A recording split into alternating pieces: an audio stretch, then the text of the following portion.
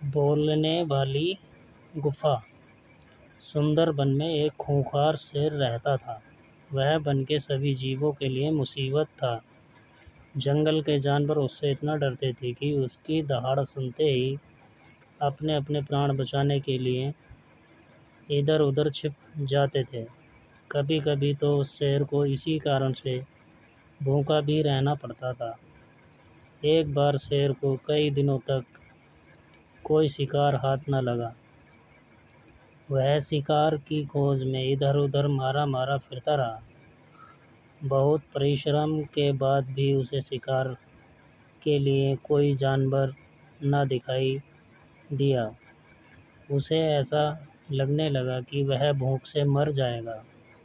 शेर शिकार की खोज में अपनी गुफा से बहुत दूर निकल गया। अचानक उसने देखा कि सामने एक बड़ी सी गुफा है जिसका द्वार खुला है। गुफा देखकर शेर के मन में विचार आया कि जरूर इस गुफा में कोई न कोई जानवर रहता होगा। इसके भीतर चलकर देखना चाहिए। हो सकता है कि कोई शिकार अंदर बैठा हो।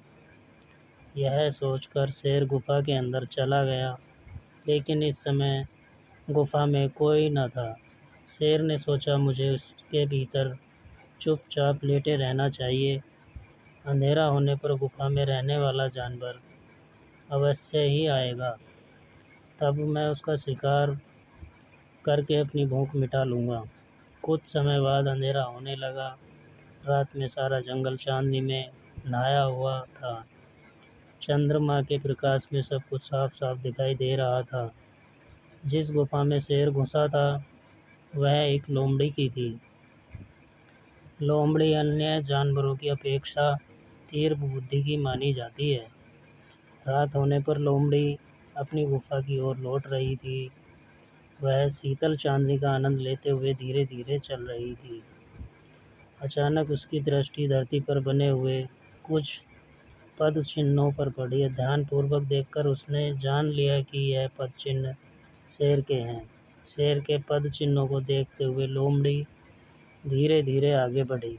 ऐसा करने में उसे समय अवश्य लगा, लेकिन उसने यह देख लिया कि शेर के पैरों के निशान उसकी गुफा के भीतर गए हैं। उसे आभास हो गया कि उसकी गुफा में शेर बैठा है, क्योंकि गुफा में शेर के पंजों के जाने के निशान तो थे, लेकिन बाहर निकलने के निशान कहीं भी नहीं उभरे थे। लोमड़ी ने ठंडे दिमाग से सोचा और शेर के पंजों के निशानों की पुनः बारीकी से छानबीन की, लेकिन शेर के गुफा से बाहर आने के निशान।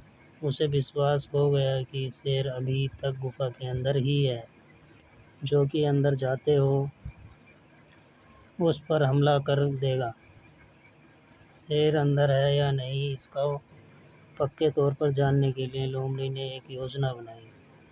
वह गुफा की तरफ मुंह करके ऊंची आवाज़ में बोली, कहीं ये गुफा जी सब ठीक ठाक तो है ना?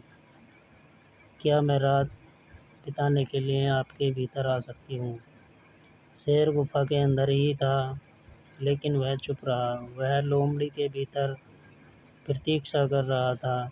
लोमड़ी ने एक बार पुनः प्रश्न को दोहराया, गुफाओं मेरी प्यारी गुफा, आज चुपचाप क्यों हो? मुझे बताती क्यों नहीं कि मैं भीतर आऊं या कि ना आऊं? पहले तो कभी भी आप इस तरह शांत न रहती थी। एक बार के पूछने में ही आप उत्तर देती थीं। आज आपको क्या हो गया है? जब तक आप मुझे अंदर आने के लिए ना कहोगी, तब तक मैं भीतर नहीं आऊँगी। लोमड़ी की बातों को सुनकर शेर सोच में पड़ गया। वह यह नहीं सोच पा रहा था कि अब क्या करे। वह चुपचाप अंदर ही बैठा रहा। लोमड़ी ने दोबारा गुफा से दूसरी तरीके से बात करने की सोची।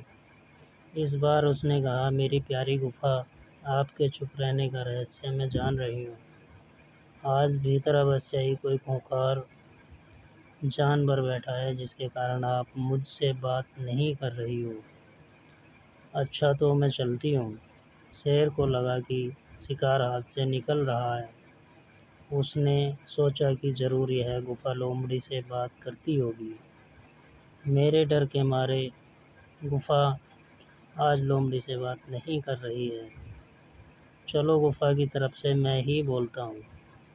यह सोचकर शेर आवाज़ बदलकर बोला, अरे ज़रा ठीक है, आप बिना भय और संदेह के अंदर चली आओ। लोमड़ी की चाल सफल हुई। वह पहचान गई कि गुफा के अंदर से आने वाली आवाज़ शेर की ही है। उसे पूरा विश्वास हो गया कि शेर अभी तक गुफा के अंदर ही बैठा है। जैसे एक शेर कभी घास नहीं खाता, उसी तरह गुफा कभी बोल नहीं सकती। हुजूर, आप आराम से रात भर मेरी गुफा में रहें। शुभ रात्रि। यह कहकर लोमड़ी अपने प्राण बचाने के लिए सिर पर पाँव रखकर वहाँ से भाग निकली।